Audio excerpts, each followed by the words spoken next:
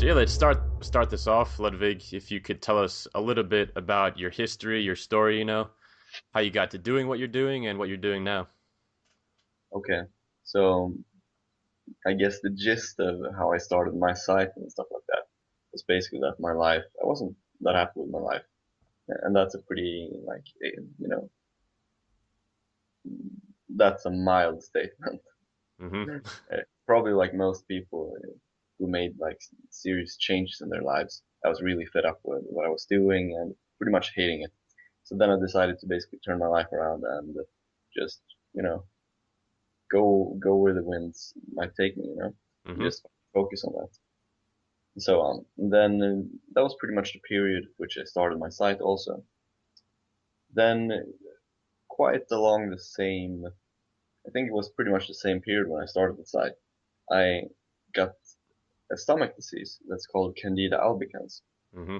Are you familiar with it, perhaps? Yeah, yeah. I've had my fair share of health issues as well, that I'm kind of just getting out of the tunnel with that. Yeah, and yeah, I don't know how much you know about it, but I had a pretty severe, layer of that. Mm-hmm. They say that there's like three layers of it. Mild, something in the middle, and severe. And I was like something in between those. Mm-hmm. And if you get to the third level, the worst level, Yeah, yeah. basically fucked. Uh-huh. Your life might be ruined. And fortunately, I I was able to fix it before that happened to me. But I'd had it without knowing it for many years, Mm-hmm. and it's to the point where I was basically, I was getting bloated. I was like having extreme mood swings and going from being like super euphoric to being extremely depressed. And I was like, what is going on? And also my sex drive was like going down like this. Yeah, I've been there with all of that. Yeah, so it was like all these strange symptoms. And I was like, what is going on? Because when I looked in the mirror, I just focused for the past like 1.5 years quite a lot on basically building my body Mm-hmm. and getting proper nutrition and all this stuff. So I was looking quite ripped, to be honest. But inside, obviously my digestion system was completely messed up. Yeah. And when this happened to me, when you have candida, because it's a yeast particle in your stomach that basically messes you up. And when it comes to this, it's a macrobacteria, and you have a lot of these bacteria in your stomach. They say that there's like more than 10 times as many different bacteria in the human body than there are human cells, Mm-hmm. which is pretty interesting. Yeah, it's Obviously, very interesting. yeah, obviously the bacteria are much smaller in size, but just in terms of quantity, there are Mm-hmm. 10 times as many. So that makes you question, uh, who are you really? Or it's like you who you think you are, or just a bunch of bacteria coming together. Yeah, But yeah.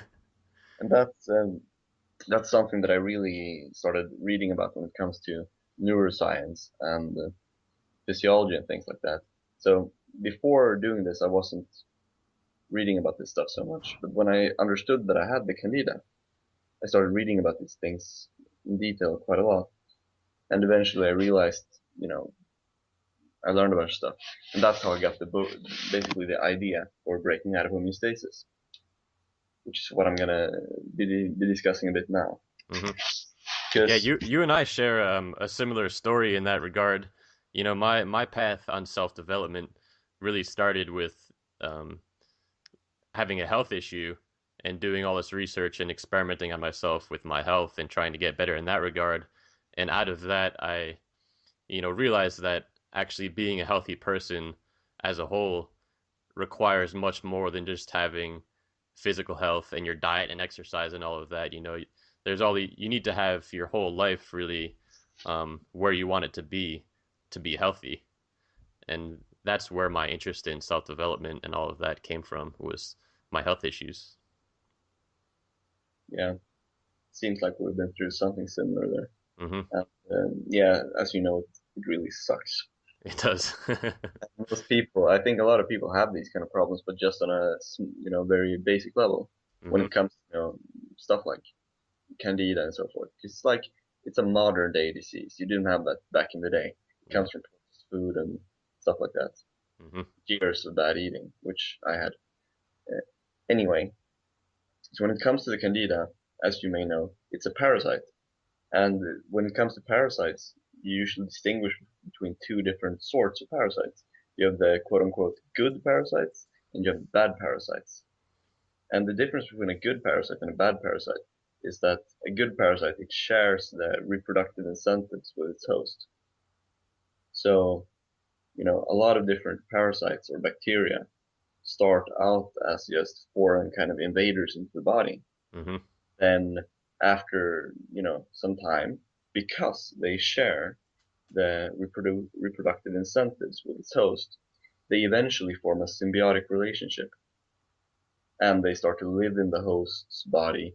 And as the host, has sex and gets kids, and it carries on into the next generation. Hmm. And over time, by doing this, they actually become part of the new organism. Hmm.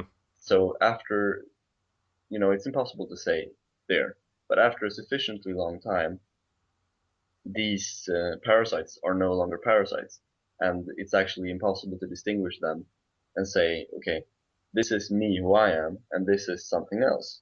Yeah. Because, like I said, it's like you're just a collection of particles and bacteria and all these different parasitic influences and stuff like that.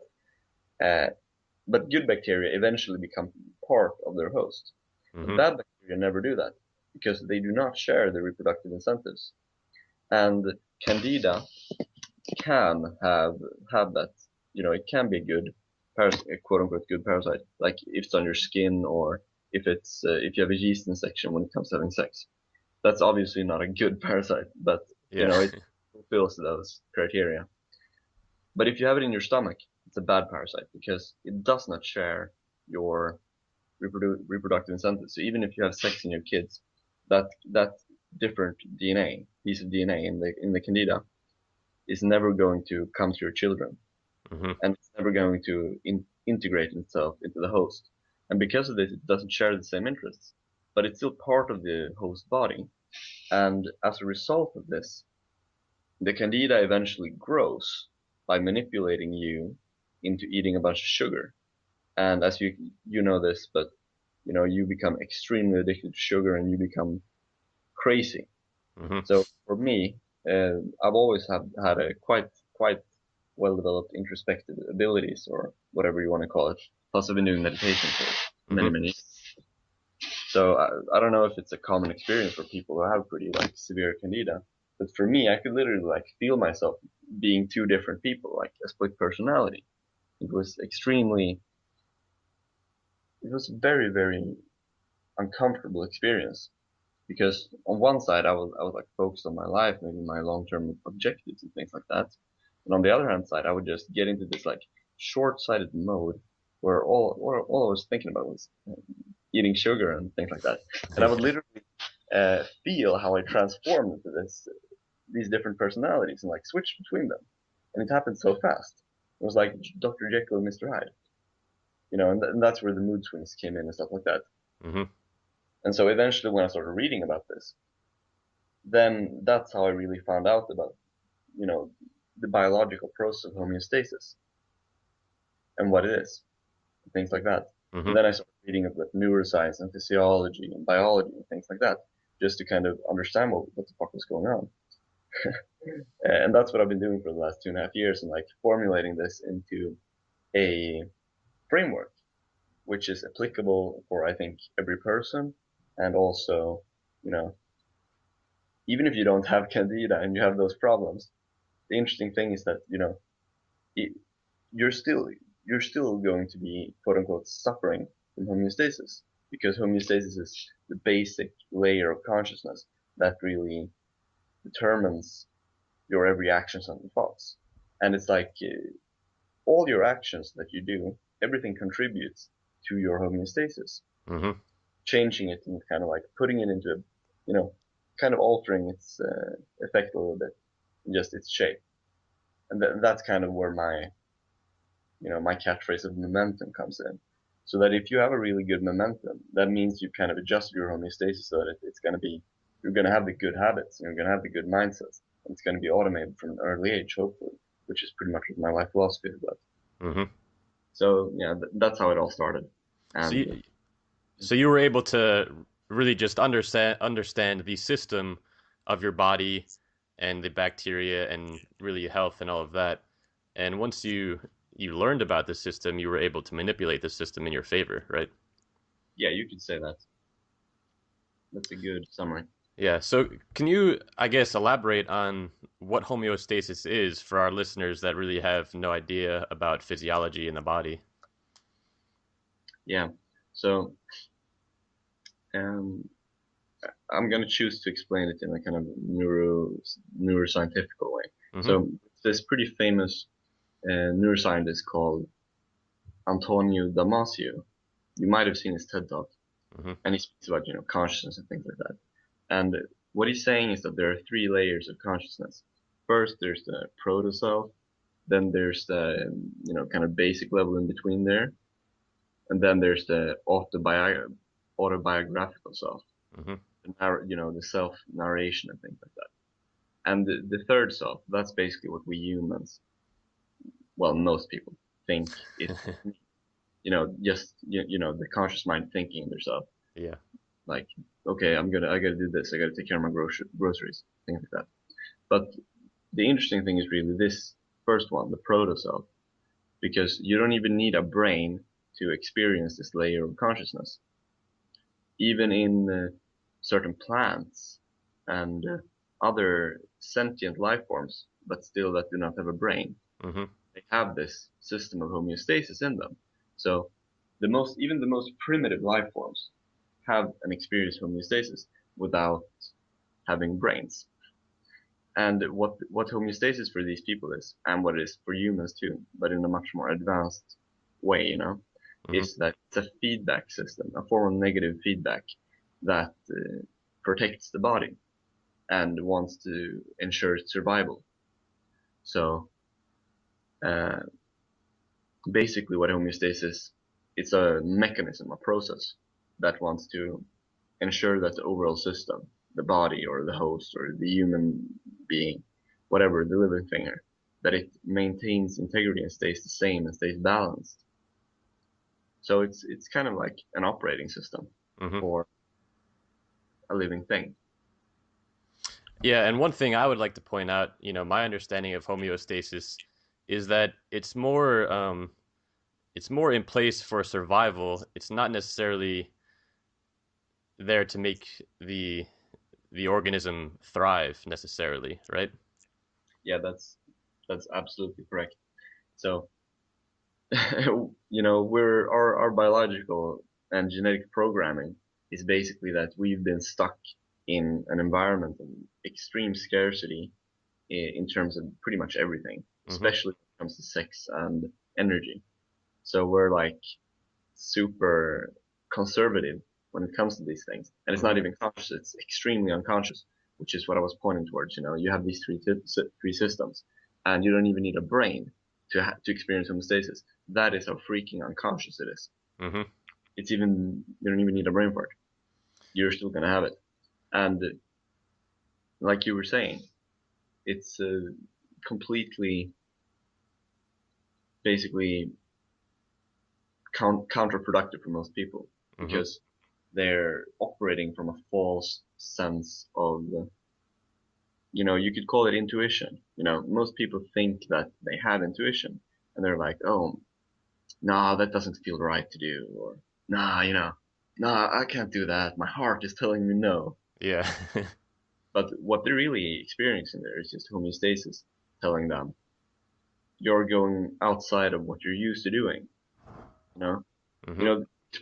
the expression stepping out of your comfort zone is pretty much probably made up to explain this phenomenon, Mm-hmm. but it really doesn't do the entire experience sufficient justice because Mm-hmm. it's so much deeper than this on a biological, neurological level, and it has so many more implications. You know, just to say that you're stepping out of your comfort zone is, it's an understatement, an extreme understatement. Yeah, I mean, ultimately, homeostasis, I don't want to necessarily dictates, but it significantly influences everything from our thoughts to our feelings to our behavior, right? Yes, absolutely. So fundamentally, everything about who we are and what we do. Yeah, exactly. Over the long term, you could say that it is absolutely the force that alters who you are as a person and your thoughts and your behavior. Hmm. Because yeah, it's the thing that maintains itself over the long term, in the long term trend. In the short term trend, you could say that pretty much everything is possible. Hmm. You know, you could do this, you could do that, but will you? Would you? That's the real question. Yeah. And in 99.99% of the cases, the answer is you would not, because it's not part of your homeostasis. Mm-hmm. It's not a habit. It's not what you're used to. It's not the kind of right level of neurotransmitters your brain is used to having, and so forth. So yeah, you're not going to do it probably unless you've already like conditioned yourself into the sort of behavior before that. Yeah, and that's a little bit of what we're going to get into with this conversation. So we've established that homeostasis exists, and it might not necessarily be working in our favor. So the topic of our discussion today is breaking out of homeostasis and rewiring your brain for success. So let's get into that. How can we go about, um, I guess, using homeostasis in our favor? Right. So I like to, for example, in my book here that I'm talking about, the Breaking Out of Homeostasis book, Hmm. the kind of framework that I have for this is that there are different parts of your brain that are ascribed different functions. And the most important parts, in my perspective, is first of all, you have willpower and things like that, which are ascribed to the prefrontal cortex. Then you have thinking and deep thought and seeing second order consequences and things like that. Hmm. And that has to do with the neocortex. Then you have your brain's pattern recognition, what some people call the reticular activating system. And that's a lengthy and very interesting topic that I want to speak about later. Hmm. It doesn't necessarily have to do with breaking out of homeostasis in the short term, but in the long term, I think it has a lot to do with it. And then you have the amygdala, which has to do with, you know, basically being scared and being reactive to people and having high stress levels and having empathy and things like this. Hmm. And out of these parts, I think, you know, uh, all of them are very important. But in the short term, and when I say the short term, I mean maybe everything from a day to a few months. Whereas the long term, I mean at least a year, and Okay. especially many years. Hmm. Uh, so for these, I think the prefrontal cortex and the amygdala are the most important in the short term. And then in the medium term or so, it's the neocortex. And then in the long term, it's the reticular activating system. Hmm. So what would you like me to go into detail more about or talk more about? Let's see here. Well, I guess let's go back to the concept of homeostasis and the fact that once we understand that it exists, where do we go from there? Yeah, okay. So because you have homeostasis, you realize that basically, the saying that all my experience before now is what makes me. Hmm. Whatever, I'm paraphrasing, but it's like a typical meme. Yeah. Meme is like, spot on. It's so true because your homeostasis today is really just, that is the same thing. All your actions in the past are what has made you created the kind of framework for your body and brain to exist as they are in a kind of level here. And when you go outside of it, you break out of homeostasis. Hmm. And it's not necessarily nice, because homeostasis, which really, as you say, it's based for just surviving, not thriving.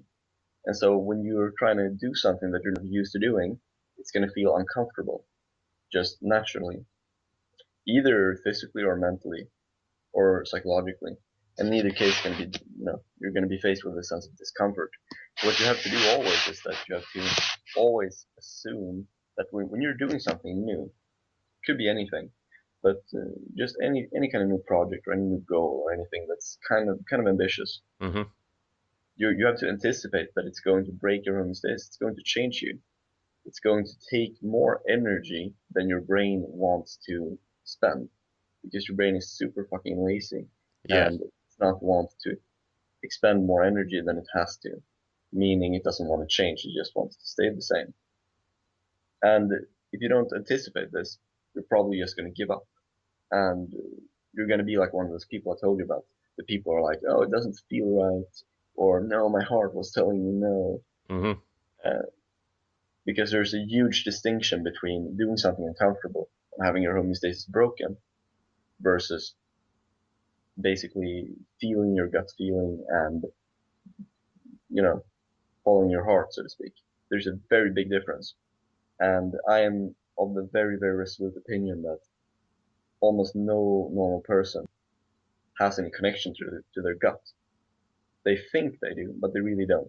That's just homeostasis fooling them. So I guess incorporating the neuroscience that you were talking about, where does that factor in to breaking out of homeostasis?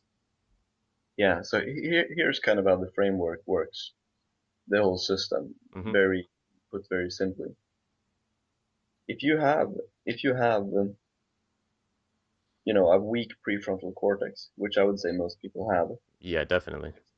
because they don't engage in any daily practices that practices the prefrontal cortex, that practices decision making, concentration, making rough decisions even when you don't want to. Planning for the Or future. that's true. Things like that. Things like meditation or goal setting, Mm-hmm. or even just focusing on, you're being in a kind of uncomfortable situation where your homeostasis is being broken. Maybe when you're working out or something. And then you want to get to that level where you are uncomfortable and you feel like, it's uncomfortable. I just want to get off the treadmill, or I just want to, I don't want to do another rep. Yeah, yeah. And then that's really where you want to be, and you just want to force yourself to do one more. And as long as you've done one more, or you've stayed, as long as you've experienced that sense of discomfort, identified it, and then at least taken one more step, then you have won that day, and you have actually, strengthened your prefrontal cortex. Mm-hmm. So it really is, wear and tear. But it's all about the daily practice. So most people don't do that, and because of that, they don't have strong prefrontal cortexes. And how this fits in is that, you know, when you're going to make a decision and you don't have that part of your brain fixed, it's going to be uncomfortable and stronger, which just allows homeostasis to have more power over you. So a person who has a weak prefrontal cortex, just, it's harder for this person to change. It's like the limiting factor of just, the difference between an idea and an execution. You Mm-hmm. know, an idea means nothing without execution. And the people who do not have consistent execution are most people who don't engage in these kind of things. So, it doesn't matter if these people have great ideas unless they practice this part of their brain, because they're never going to have the willpower to push out of homeostasis. They're just going to return back to safety. So that's what that does. So the first step is really strengthening the prefrontal cortex. Yeah, exactly. So how do we do that? I mean, you mentioned meditation and really, I mean, maybe even working out. What are let's say maybe the average Joe, they're not happy with their body and they want to start being able to work out and go outside their comfort zone in that regard. What's the first step? How do they go about that? Yeah. First of all, they should realize that, especially when they're not used to it, you know, it's going to be uncomfortable. That's number one. Mm-hmm. Meaning, don't quit because of temporary discomfort. Basically, set a longer term frame of saying, okay, I will anticipate this is going to be uncomfortable for a week or two, maybe 3 weeks, and I will not quit before that. Then after that, maybe I will listen to my brain telling me that it's not the right thing, but not until it's been after this period of time. That's number one. Mm-hmm. You know? And the people who can't do that, either mentally or physically, by writing something, telling themselves to do it, they're the people who quit after the new year when it comes to the gym. Yeah. Those are those kind of people who are just very, very strong in their homeostasis and just can't break out of it.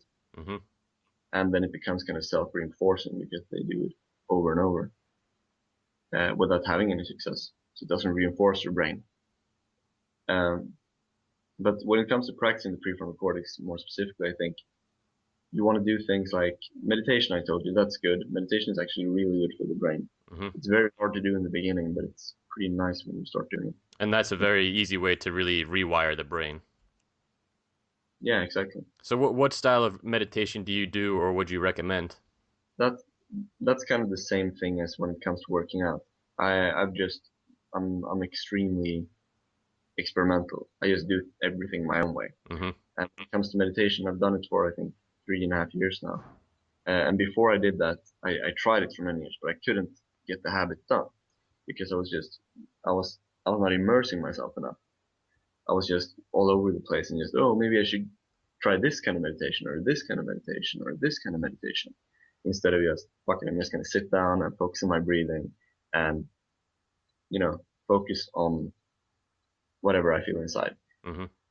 And it's a very hard process to explain.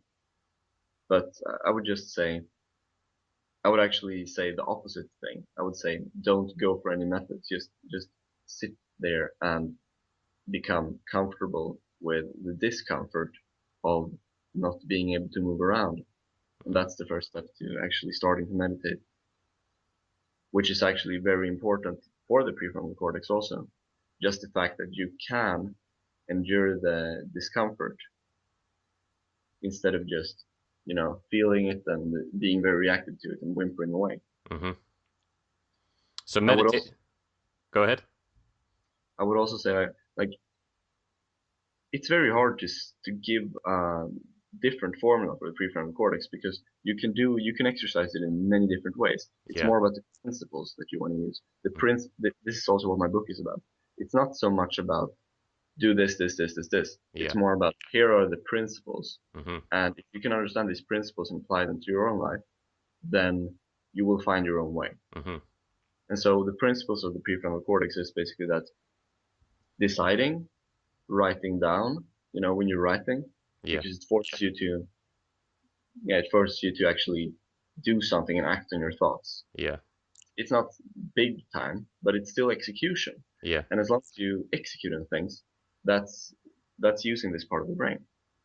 And so that's one, sustained concentration, such as meditation, but any kind of sustained concentration, everything that has to do with forcing yourself to do something a bit longer than you want to do it Hmm. during the discomfort. That's also a prefrontal cortex. And then finally, variation, all sorts of variation activate the prefrontal cortex. It doesn't necessarily um, it doesn't necessarily make you stronger like in the short term, but in the long term, it activates the part of the brain by putting dopamine, which makes you feel better about yourself Yeah. through variation. So when you're doing things differently every day, that actually makes you kind of come alive more. So one practical example of how I do this when it comes to like the gym and so forth is that I will always try to do something differently. I will never try to walk the same path to the gym or when I'm working or when I'm going to the store or anything like that. Hmm. I'm always thinking, how can I do this differently? You know? And that actually has to do with that actually kind of mm, how do I say like uh, it conflicts with the conventional wisdom that you should do things the same because if you change things, it will become too taxing on your brain. You know? I don't know if you're familiar with things like the willpower habit or the power of habit or things like that. Yeah. Those books. Yeah. And I mean the concept of the routine and all of that. Yeah, and that's a kind of misunderstood routine. I mean, a misunderstood conventional wisdom kind of thing. Hmm. I'm not saying these people are wrong. They are right. They are right in saying that you have a finite amount of willpower. They're also right in saying that, meaning you can only use the prefrontal cortex so much each day, and then it gets overworked. Uh, and then also in the fact that your brain, your overall brain needs routine. You can't just do everything differently every day. Mm-hmm. You can't break out of homeostasis too much, or it becomes too either energy demanding or psychologically demanding on the organism, and you kind of break down Yeah. and things like that, and it's not good to do. But what you do want to do, which is what most people think, like most people think that routine is kind of good for them because the people who've read these kind of books, and so they draw the wrong conclusion that okay, I need very strong habits from everything, and I need to do everything like this and this and this and this, and I need to be super structured. Mm-hmm. And this is true fundamentally. Like you want to establish positive and good habits, but when you have established a habit, you want to alter it and change it a little bit. Not so that you take on a new habit, which takes, consistent change, you know, Mm-hmm. but just changing things a little bit, just a little bit of variation. It's like this, it's like the spice, just the topping. Yeah. You want to do things exactly the same, but you want like first you want to focus and immerse yourself into something that becomes a habit. Mm-hmm. You put in the energy, the time, and the investment in doing that. Then when it is a habit, after it can take however long it wants to take, a couple of weeks. Then when you have the habit, then you want some variation because this has to do with the brain too. Mm-hmm. When you have a habit and it's established, when you're building habits and you're being consistent in building it, that's practicing the prefrontal cortex actually, because it's requiring your willpower to just stay on that, very narrow path and just focusing on it. Yeah. So that maybe, in just daily life, and when you're wanting to implement a new positive habit, you're like, let's say you're going to write a journal each night, and you're doing it for maybe a week first, and you're like, oh, this is nice. And then on the eighth day, you're like, oh, I feel kind of tired. I don't really want to do this. You know, that's where you need to do it. Mm-hmm. So forth. That's the prefrontal cortex too. Just pushing those extra 5 minutes and doing it anyway. Then eventually you have the habit. And when that has been accomplished after some certain period of time, your brain is no longer using the prefrontal cortex because then the activity has become automated, Yeah. which has changed it to another part of the brain, which is called the basal ganglia, maybe it's called in English. And so when that has happened, you're not going to feel quote unquote alive, and that's when you need the variation to use the prefrontal cortex again, Mm-hmm. and to kind of feel like it's just it's nice. It feels nice to do things differently because it focuses your attention on different things. And keeping things fresh once you have the habit established, changing things slightly. This is what's going to allow us to maintain momentum and not get stagnant and be able to, I guess, stay more dynamic and fresh and keep progressing. Is that right? You could say that definitely, I guess but what not. what is the benefit of not just settling into a habit that is productive for us? Yeah, it's really two things. It's really the life quality that comes from feeling more alive, Yeah. of trying something new, which is very hard to put into science or words, but Yeah. everyone knows it. Mm-hmm. And then the second thing is the creativity that comes from doing things differently. Mm-hmm. And this is something that you can see in older people who don't have much variation into their lives, and they don't live this kind of lifestyle where, first of all, they probably don't have so positive habits.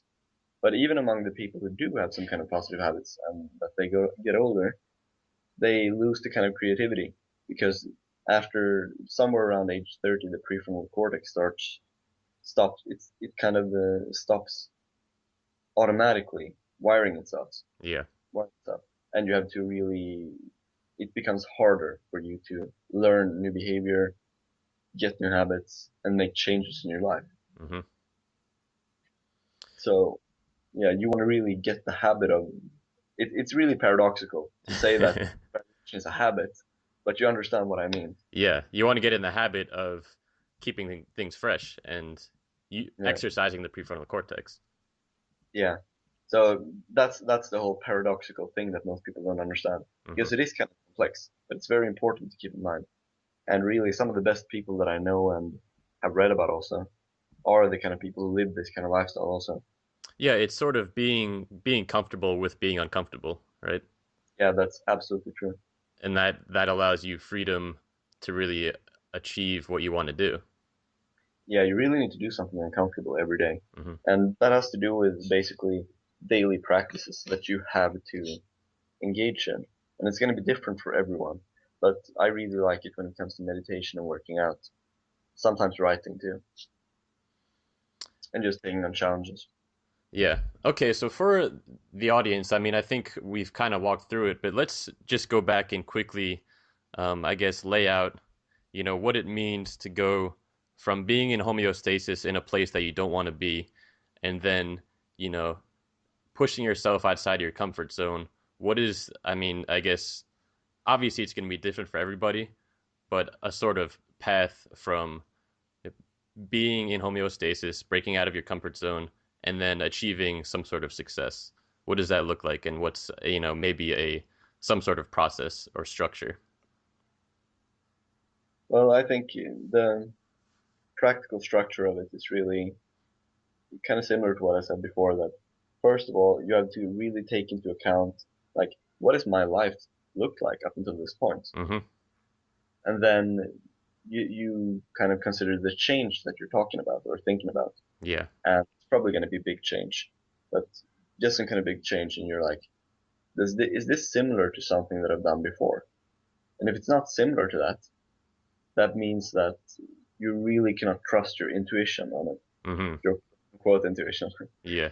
because it's homeostasis going to try to fool you and just going to manipulate your brain into having these bad feelings or wanting to quit Mm-hmm. because it's lazy and it doesn't want to change itself. So that's really number one, and it's probably the most important thing also, Mm-hmm. because like I said, most people think that when their feelings telling them that something is wrong, they're like, oh, something is wrong, I have to stop. Mm-hmm. It's really nothing that's wrong. It's just what I call pushing through the plateau. Mm-hmm. I'm comfortable with that experience of being uncomfortable until it becomes comfortable, and trusting yourself that you can adapt, because it's really what your brain and body is built for. I've been experiencing that throughout this whole project that I'm working on. you know, Yeah, the periods of discomfort and why am I doing this, and maybe I shouldn't be doing this because it is uncomfortable, right? I'm out of my comfort zone. I'm doing something that I haven't done before, but I'm just continuing to push with it. yeah. And just today now, before we started talking, I was working on a business plan Mm-hmm. for like it's a total fluke thing. Like my friend brought me this idea on a real estate project, and we were discussing it for just a week. We haven't really been talking about it seriously. We've just put together the idea and so forth, and then we went out and just had a beer or two Yeah. uh, 2 days ago. And then we met this guy who supposedly is quite well set up and has a lot of experience in the real estate industry. Complete luck, on our part, real serendipitous. Yeah. And I was not even going to commit to this idea because it seemed so like wrong because of our experience before. Mm-hmm. But then we had luck and met this guy, and he was even interested in it, and we spoke to him quite long for it. And then he wants us to present a business plan and an idea on it. And so, I'm really working hard on my book and things like that, and I'm very single-minded usually. Yeah. But then I fuck it, this is something that is very lucky, and when something like this comes along, you have to grab it. Mm-hmm. And it's not feel uncomfortable, but I did it anyway, and I pulled an all-nighter and put together this business plan now, and things like that. Mm-hmm. Just because on very short-term notice and things like that. And I don't feel comfortable with doing that, but I have the ship kind of have that mindset of just, this is just one thing, and we'll see where it takes me. Yeah. But really, I did not want to do that. I was really uncomfortable with doing that.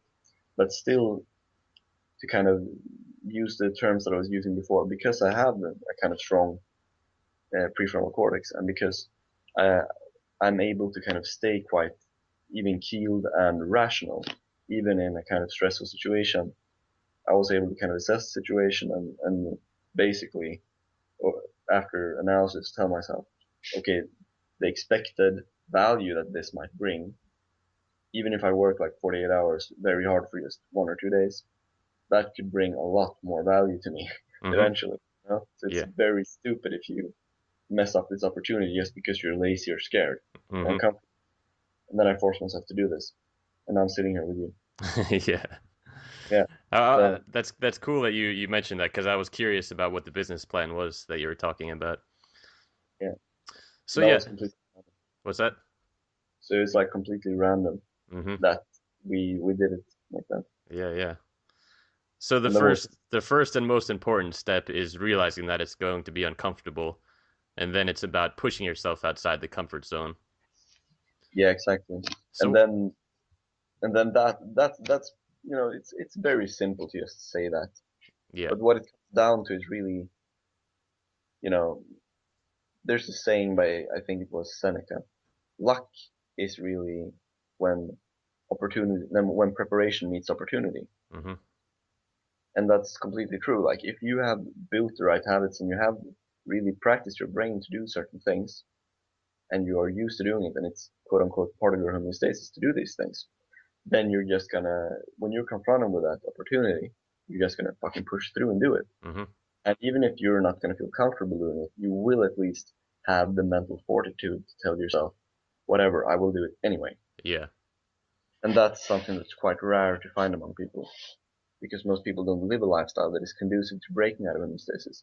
So when those opportunities come, and they often require, they often require you to put in extra energy or effort or willpower, or do scary things, and just be very spontaneous and execute and call people up, random people that you don't know, just to get information or thing like that. Mm-hmm. You know, you're not going to do it unless you can really force yourself to do it.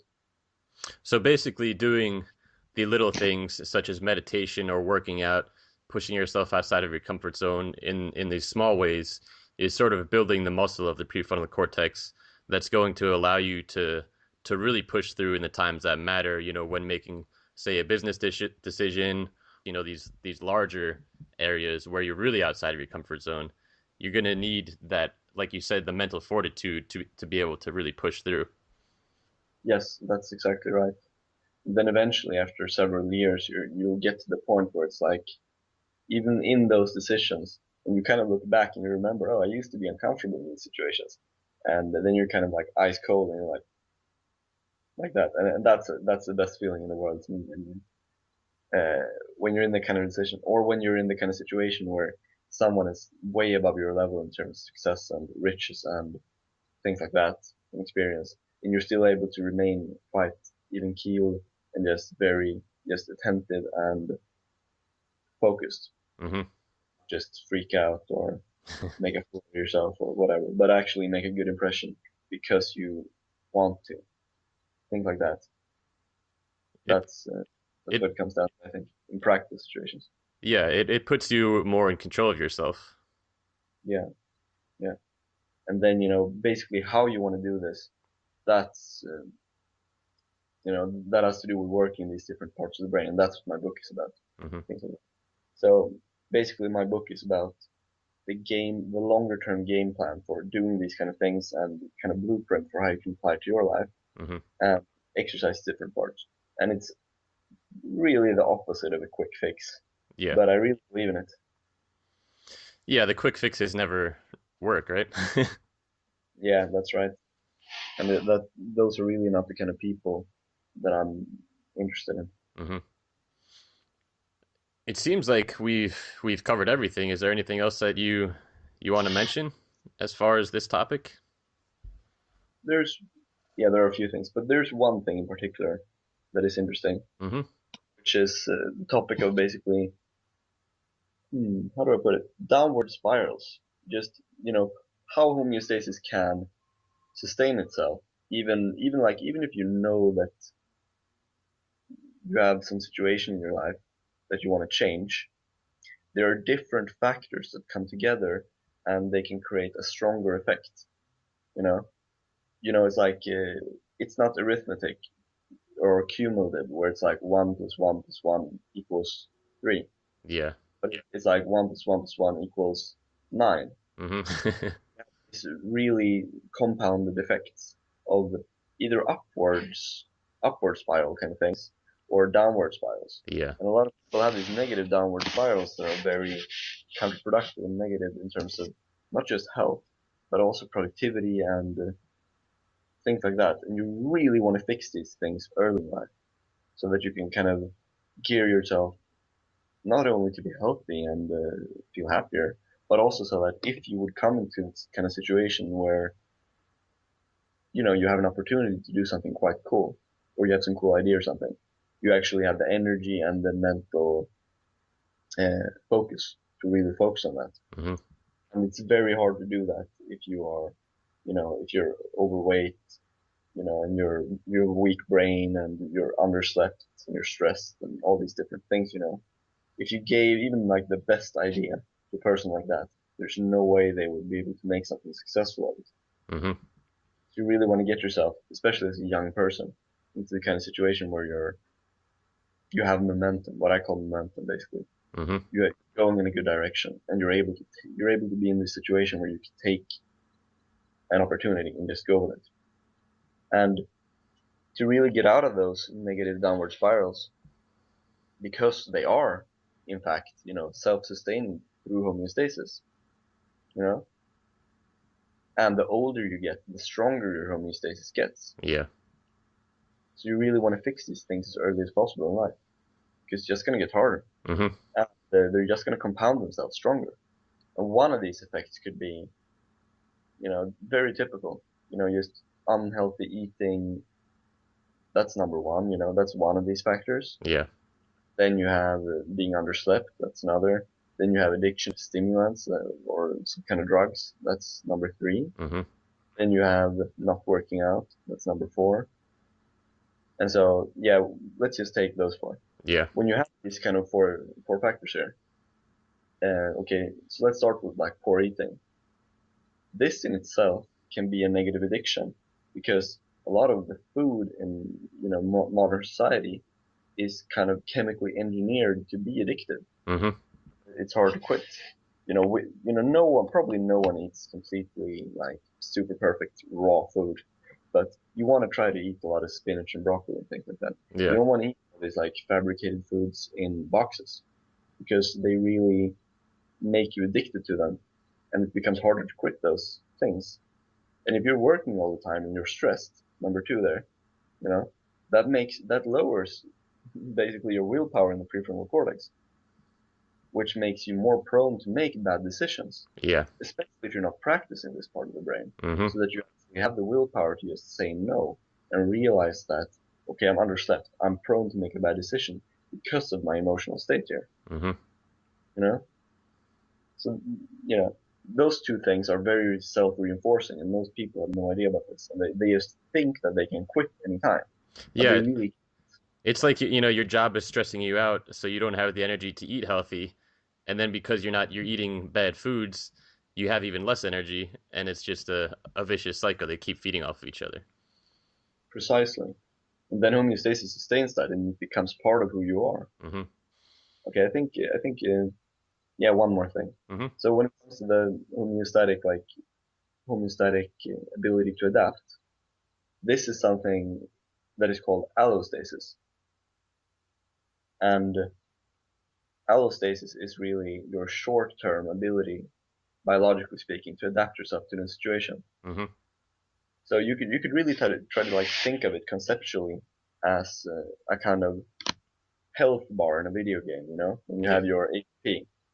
And what you have there is really it's it's kind of complex, but it's a combination of things like neurotransmitters and hormones and I don't know, like how strong your brain is, the part of the brain that's involved in the change. Hmm. Those are the kind of aspects that make up this particular meter here.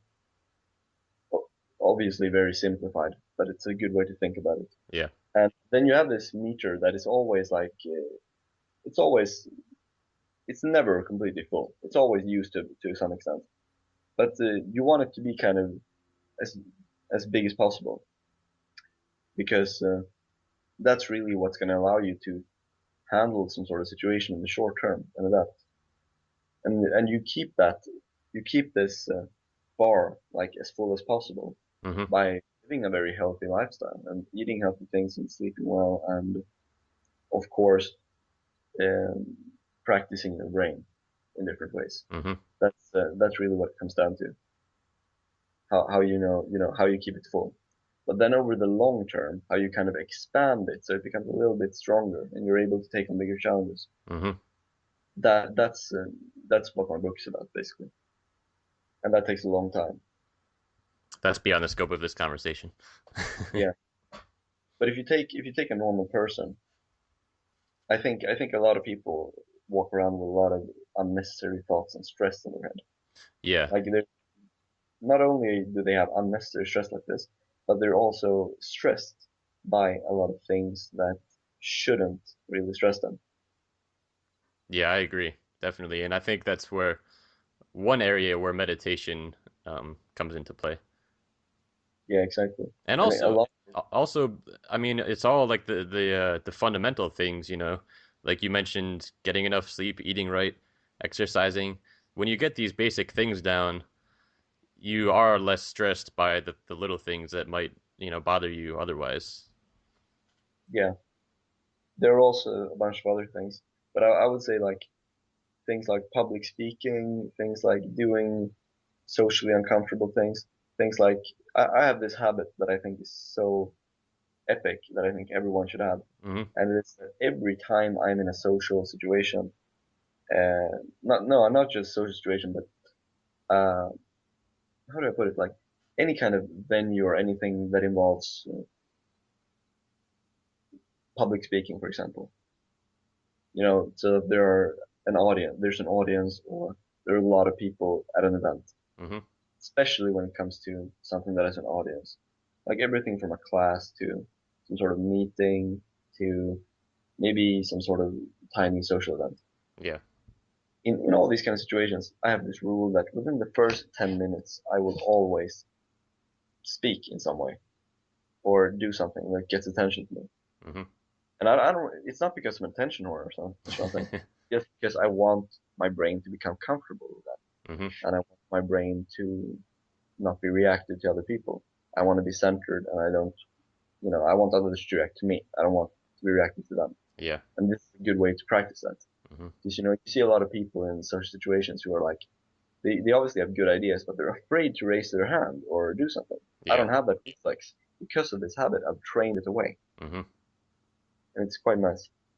And that has to do with the part of the brain that's the amygdala. Yeah, and exactly. You're starting small you're taking a step in a way that's slightly uncomfortable for you.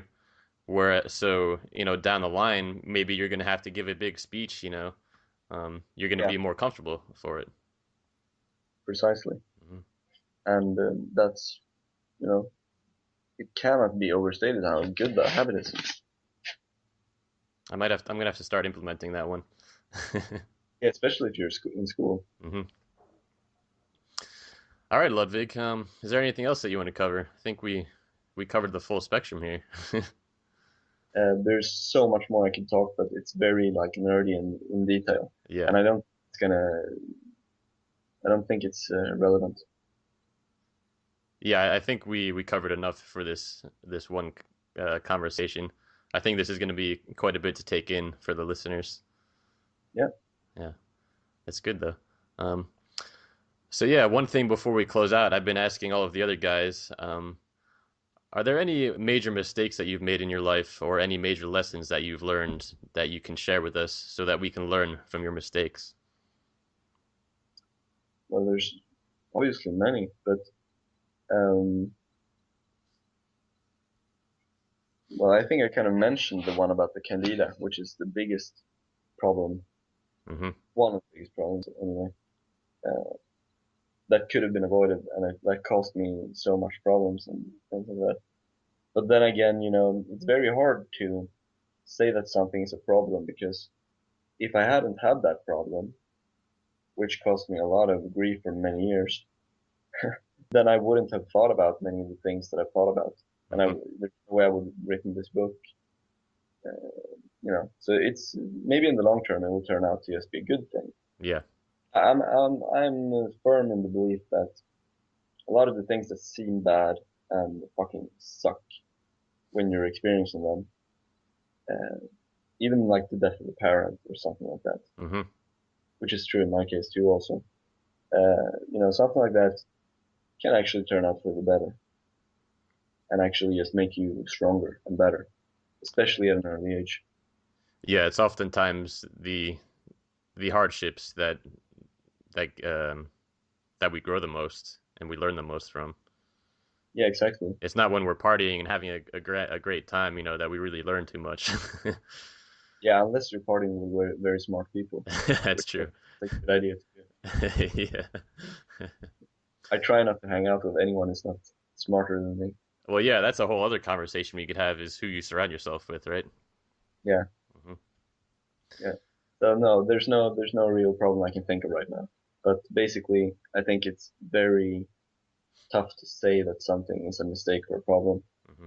because many years later, you never know until you're dead Hmm. if it's going to be a good thing or a bad thing. Things can change like that. Yeah, that's the same perspective that I share. You really don't know. I mean, because like even your experience with Candida, it if it forced you to go ahead and do all this research into the body and physiology, and you learned so much from it that you're much stronger and better off for it now. Yeah, exactly.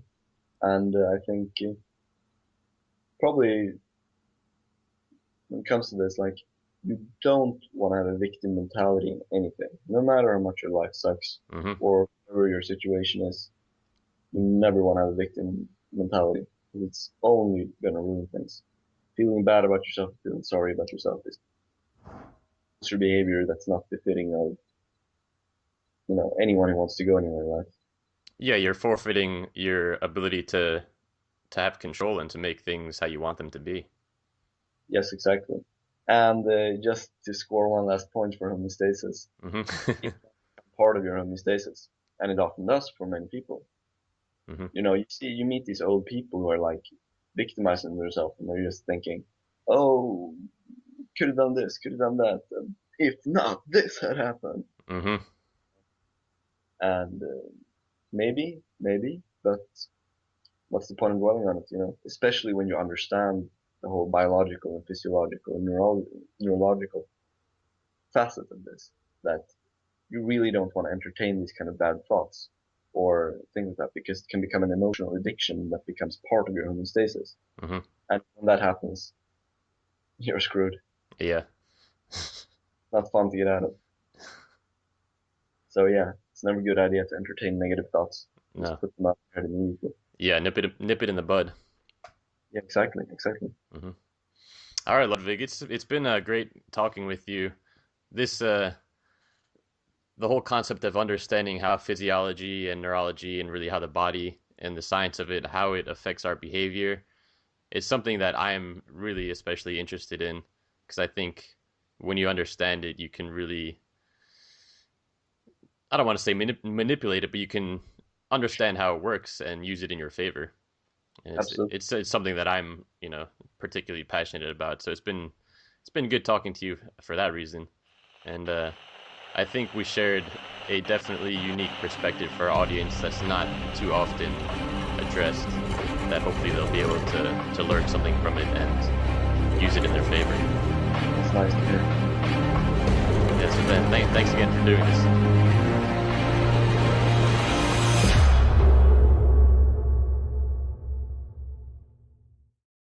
To understand what the fuck was going on.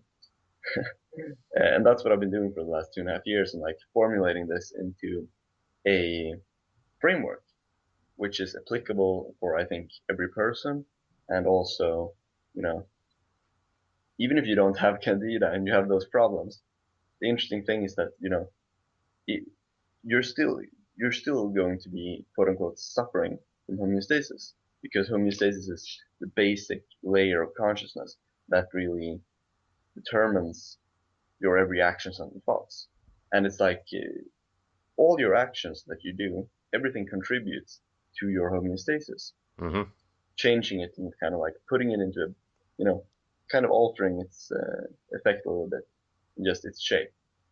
And that's kind of where my catchphrase of momentum comes in. So that if you have a really good momentum, that means you kind of adjust your homeostasis so that it's going to be you're going to have the good habits and you're going to have the good mindsets. It's going to be automated from an early age, hopefully, which is pretty much what my life philosophy is about. Hmm. So yeah, that's how it all started. So And you were able to really just understand the system of your body and the bacteria and really health and all of that.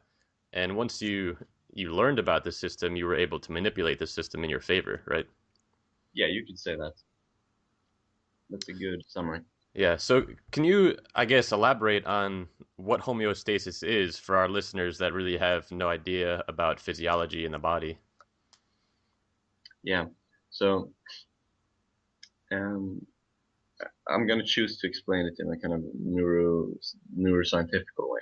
Mm-hmm. So this pretty famous neuroscientist called Antonio Damasio. You might have seen his TED Talk, Mm-hmm. and he speaks about consciousness and things like that.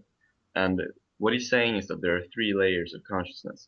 First, there's the proto self. Then there's the kind of basic level in between there, and then there's the autobiographical self, Mm-hmm.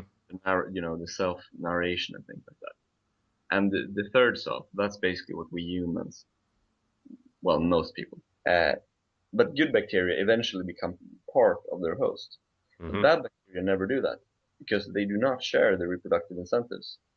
And Candida can have that. It can be a good quote unquote good parasite, like if it's on your skin or if you have a yeast infection when it comes to having sex. That's obviously not a good parasite, but Yeah. it fulfills those criteria.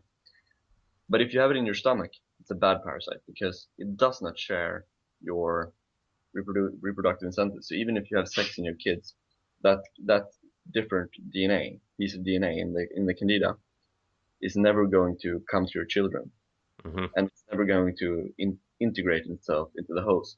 And because of this, it doesn't share the same interests, but it's still part of the host body.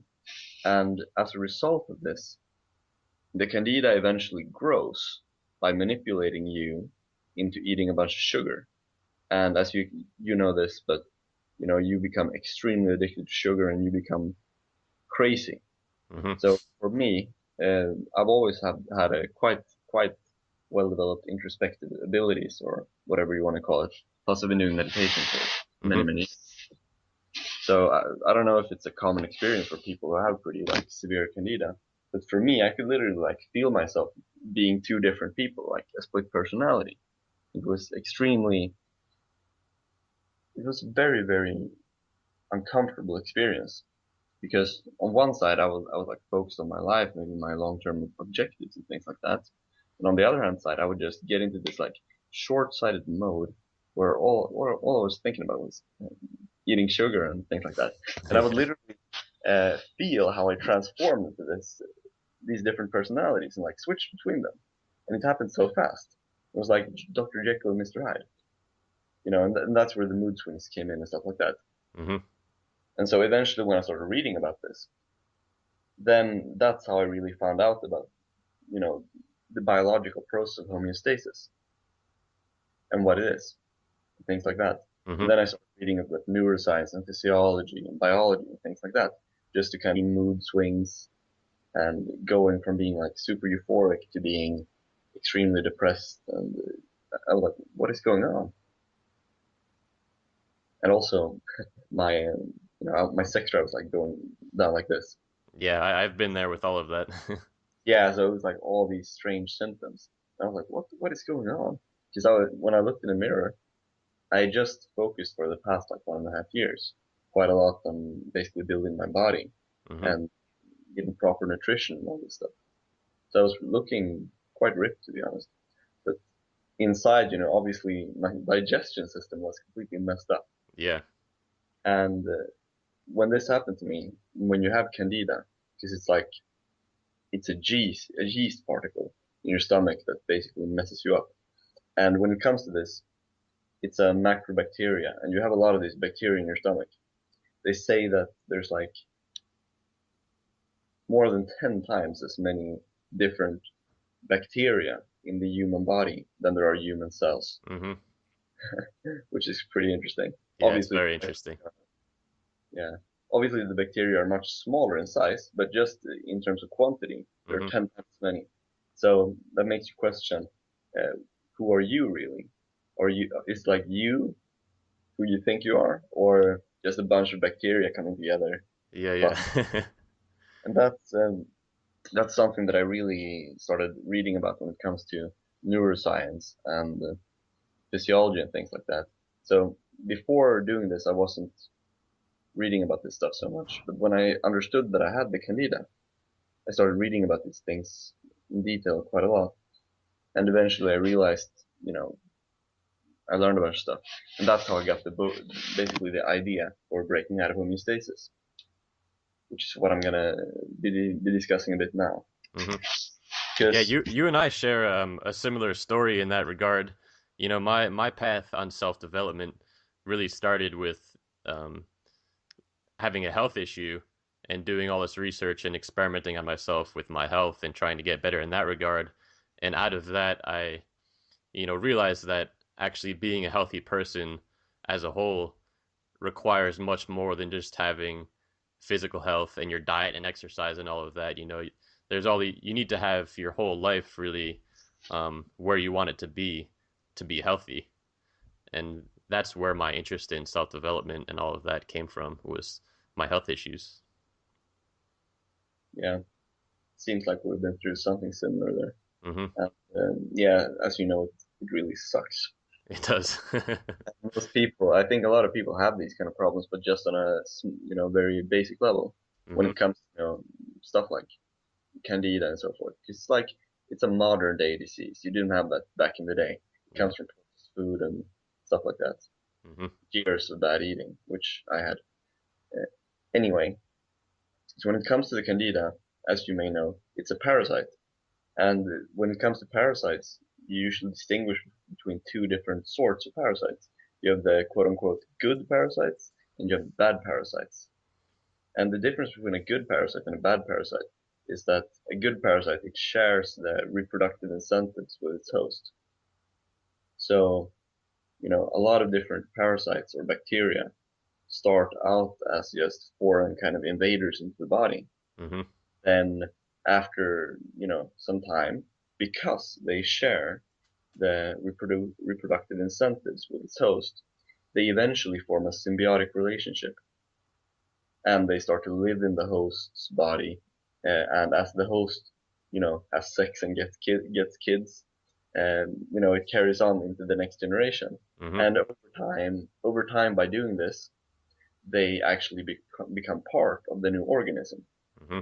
So after, it's impossible to say there, but after a sufficiently long time, these parasites are no longer parasites, and it's actually impossible to distinguish them and say, okay, this is me, who I am, and this is something else.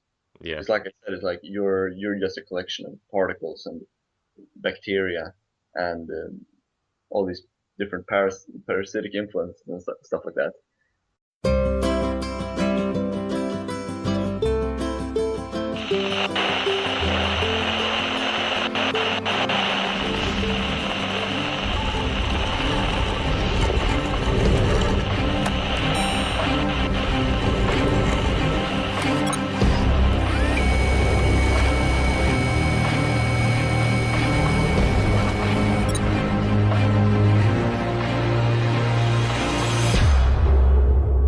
So yeah, let's start this off, Ludvig. If you could tell us a little bit about your history, your story, how you got to doing what you're doing and what you're doing now.